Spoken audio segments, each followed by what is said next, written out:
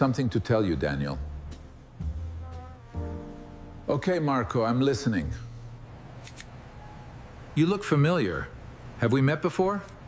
I don't think so. I'm just passing through. You want to keep the fade nice and tight this time? Yeah, that'd be great, Marco. Thanks. All right, deep breaths. Thank you for this. We needed this. I'm glad we talked. Me too. DeLuca and Reyes. Again. The neon open sign outside Marco DeLuca's barbershop flickered even though the shop had already closed an hour ago, casting a weak red glow onto the empty Toronto street where snow fell in slow motion under streetlights.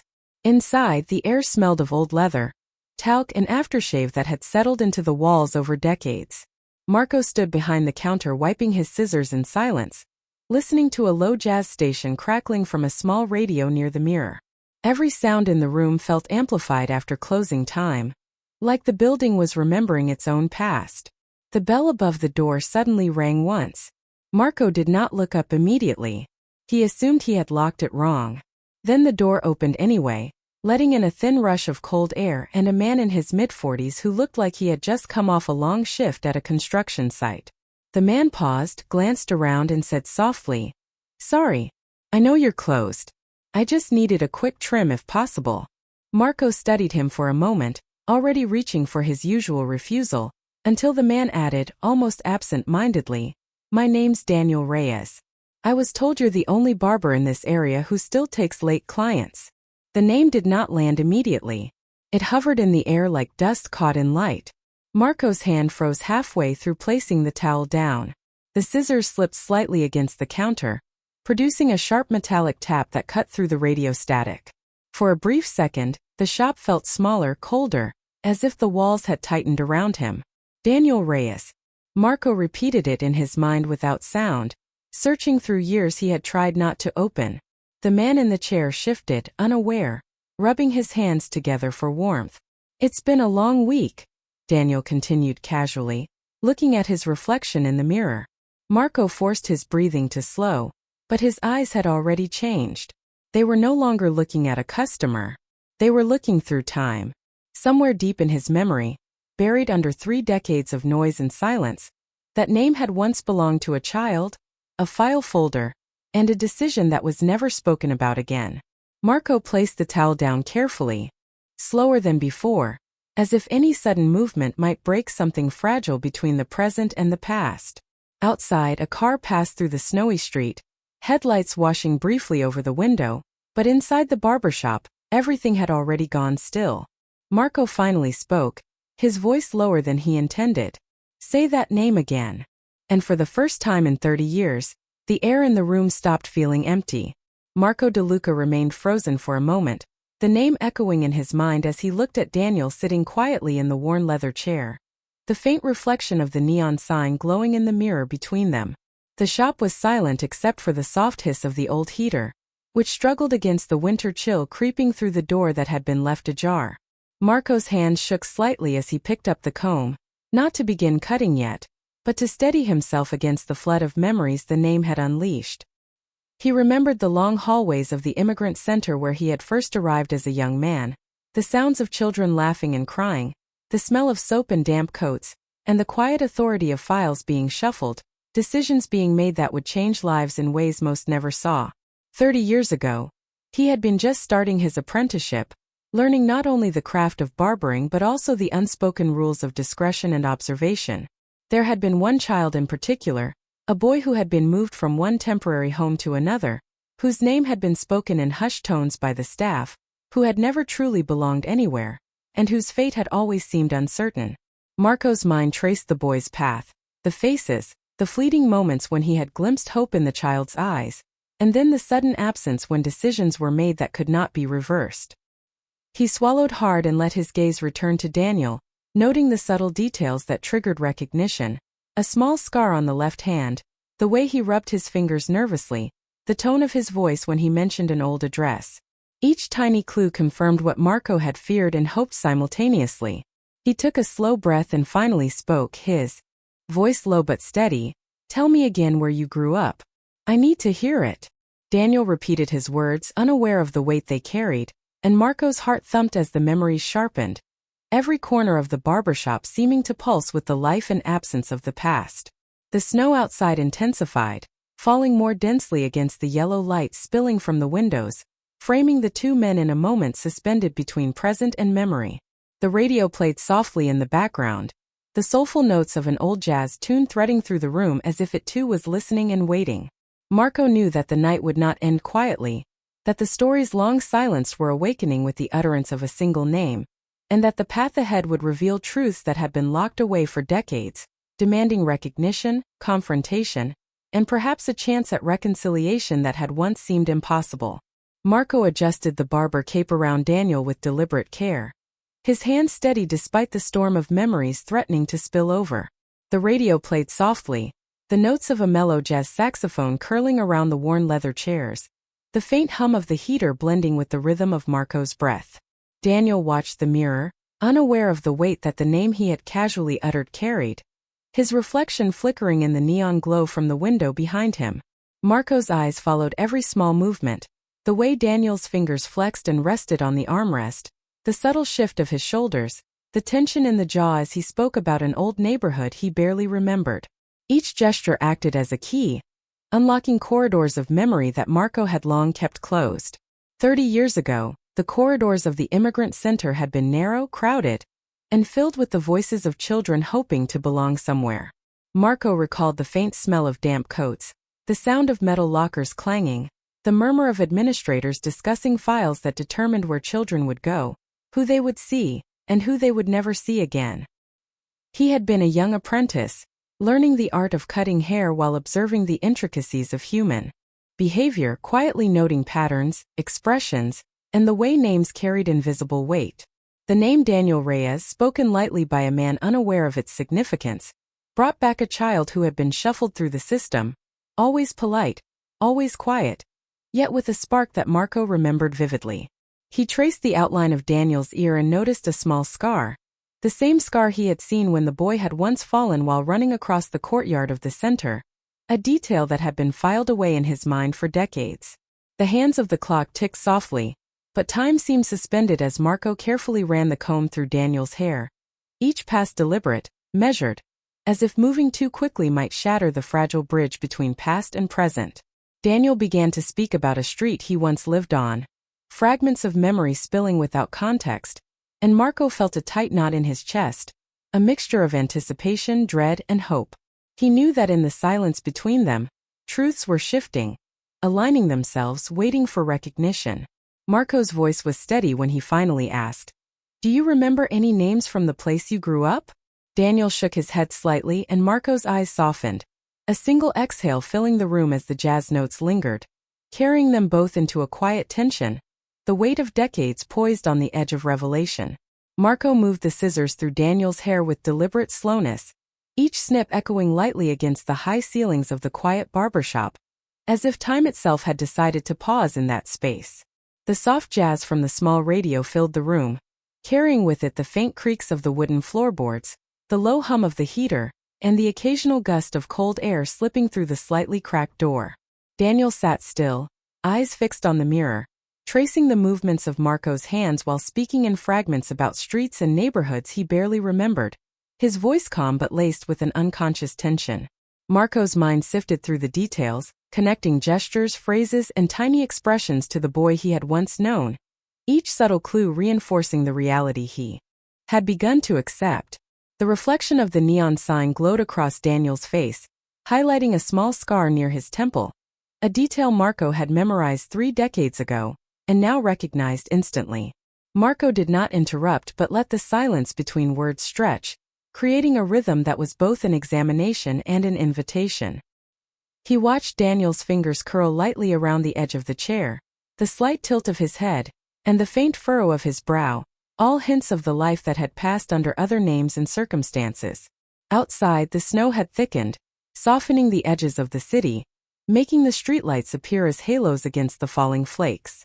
Marco's own hands moved with a precision born from years of practice and a lifetime of observation, each pass of the comb deliberate, almost ceremonial, as if guiding Daniel through a memory not yet spoken.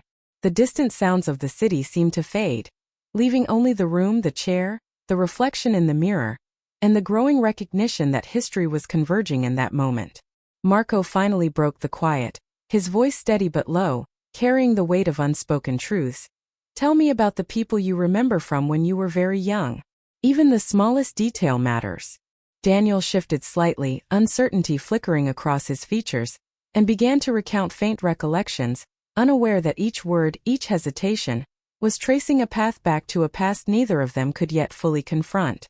The warmth of the heater did little to ease the tension, the room heavy with anticipation, as the legacy of years and decisions long buried hovered in the stillness, waiting to reveal itself through the careful interplay of memory, gesture, and the truth that Marco had long kept in the quiet corners of his heart. Marco's gaze lingered on Daniel as the man spoke in fragmented recollections, each word stirring images long kept at bay. The soft glow of the neon sign reflected in the mirror, illuminating strands of hair that Marco gently guided through his fingers with precise comb strokes, creating a rhythm that seemed to merge the past with the present. Every detail, the tilt of Daniel's head, the subtle furrow of his brow, the way his fingers tapped lightly on the armrest, acted like a key unlocking corridors of memory Marco had carefully closed 30 years ago. Outside, snowflakes clung to the edges of the shop window, their delicate patterns framing the scene with an almost surreal stillness. Marco's mind traced the boy from the immigrant center, recalling the exact scent of the soap, the sounds of distant laughter mingled with the low murmur of administrative voices, and the sudden emptiness when the child had been moved without explanation.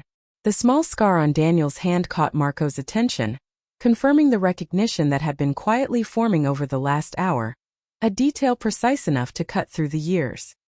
He adjusted the cape, letting the fabric fall smoothly over Daniel's shoulders, and continued the slow motion of the haircut, each pass of the scissors deliberate, almost meditative, as though the act itself could coax the past into speaking. Daniel's voice wavered slightly as he described streets and faces half remembered, not knowing that his words were bridging decades and revealing truths Marco had never dared to voice. The radio's gentle saxophone seemed to echo his heartbeat as Marco leaned closer, whispering just enough to prompt recall without revealing too much. Do you remember any of the people you saw often? He asked softly. Daniel shook his head, yet his eyes, reflecting the warm yellow light against the cool tones outside, betrayed a flicker of unease, a subconscious acknowledgment that something in the present mirrored a life long forgotten. The space between them thickened with anticipation, every sound, every movement magnified, drawing them both into the unspoken narrative that had waited silently for 30 years. Marco's hands moved with steady care, comb and scissors orchestrating a delicate dance, as the snow outside intensified, wrapping the street in a hushed blanket, while inside, the room held its breath, poised on the edge of revelation, with every subtle gesture drawing the truth closer, inevitable and imminent. The soft chime of the doorbell echoed as Marco carefully set the scissors down, his gaze still fixed on Daniel, who was now sitting with an almost imperceptible tension in his shoulders. The room seemed to hold its breath as the shadows from the neon sign outside stretched across the worn floorboards, casting elongated shapes that felt like echoes of the past. Marco's mind raced, connecting fragments of memory to the present, when a subtle vibration from his phone on the counter interrupted the stillness. He glanced down to see a message from Victor Hale, the former administrator whose decisions had shaped so many lives within the immigrant center. The words on the screen cold and deliberate. He is asking questions. Be careful. The name carried weight that Marco had hoped never to confront, a presence that brought back decades of unease and authority. He looked up at Daniel, who continued speaking about fleeting recollections from his childhood, unaware that the man who had texted was linked to every file, every transfer, every separation that had defined his early years. Marco's hands moved automatically, brushing a lock of hair to one side while his eyes searched Daniel's for signs of recognition, for even the smallest acknowledgement of a connection long hidden. The heater's soft hum blended with the faint notes of jazz, making the room feel suspended in time, a delicate balance between the present and a history waiting to surface. Marco's voice was low, almost conversational, yet carried the weight of authority and caution. There are people who had a role in your past, decisions that were made for reasons you do not yet understand. Daniel paused, tilting his head slightly, sensing the gravity in the words without fully grasping their meaning. The snow outside pressed against the windowpane more heavily now, muffling the sounds of the city and emphasizing the intimacy and tension within the barbershop. Marco continued his careful work, guiding the scissors and comb with deliberate precision, each movement an unspoken attempt to navigate the delicate truth threading through the conversation. The room seemed to contract, concentrating the importance of the moment into the subtle shifts of expression, the slight tightening of Daniel's hands on the chair, and the quiet determination in Marco's eyes. With every measured snip and comb pass, the space between them became charged, a suspended moment where history, accountability, and recognition hovered, poised to reveal a revelation that could no longer be delayed, and Marco understood that the presence of Victor, even through a mere message, was a catalyst that would force the past into the light. The message on Marco's phone lingered in his mind like a shadow that refused to leave, even as he slowly returned the scissors to Daniel's hair, trying to maintain the rhythm of a normal haircut. The barbershop felt smaller now, as if the walls had absorbed the weight of unseen history pressing in from every direction. Daniel continued speaking softly, unaware that the air between them had changed, describing fragments of a childhood that no longer felt complete even in his own telling. Marco's eyes occasionally drifted to the mirror, but what he saw was no longer just the reflection of a customer. It was a layered image of time collapsing into itself, the present overlaid with scenes from decades ago in the immigrant center where children were processed like files rather than lives. The name Victor Hale now pulsed in Marco's thoughts with uncomfortable clarity, the man who had once controlled the flow of identities, relocations, and separations with quiet authority, shaping outcomes that others were never meant to question. Marco remembered how decisions were justified with paperwork and procedure, how silence was treated as compliance, and how questioning anything came with consequences that were never directly spoken but always understood. Daniel adjusted slightly in the chair, breaking Marco's focus for a moment, and in that movement Marco saw again the faint scar and the familiar posture that matched a child he had once watched being led away under circumstances no one explained to those who remained.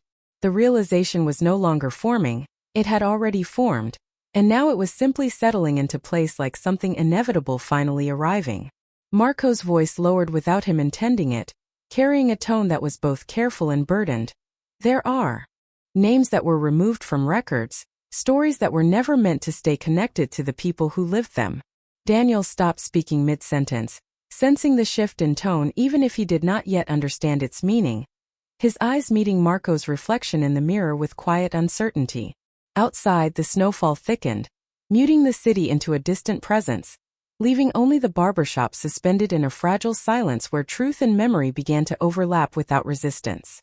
Marco continued cutting, but his movements were now slower, more deliberate, as if every strand of hair he guided carried with it fragments of something much larger that was no longer contained by time. The tension between them deepened not through words but through absence of explanation, through the growing awareness that what was about to surface had been waiting for decades behind carefully maintained silence. In that moment, Marco understood that Victor's presence, even unseen, had already entered the room in the form of consequence, and what followed would no longer remain within the boundaries of the past. The moment Marco finished the last sentence, the barbershop felt even quieter, as if the air itself had tightened around the weight of unspoken truth. Daniel remained still in the chair, his reflection in the mirror showing a man beginning to sense that the conversation had shifted into something deeper than a simple haircut, though he could not yet define why. Marco's hand slowed again, the scissors hovering for a brief second before continuing with careful precision, but his eyes were no longer fully in the present. The name Victor Hale had begun to echo in his mind with increasing intensity, not as a memory but as an unresolved chapter that had suddenly reopened.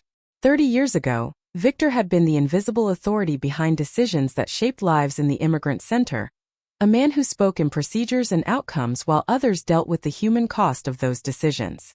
Marco remembered the files, the sealed envelopes, and the quiet instruction to never question classifications that determined where children would go and who they would become.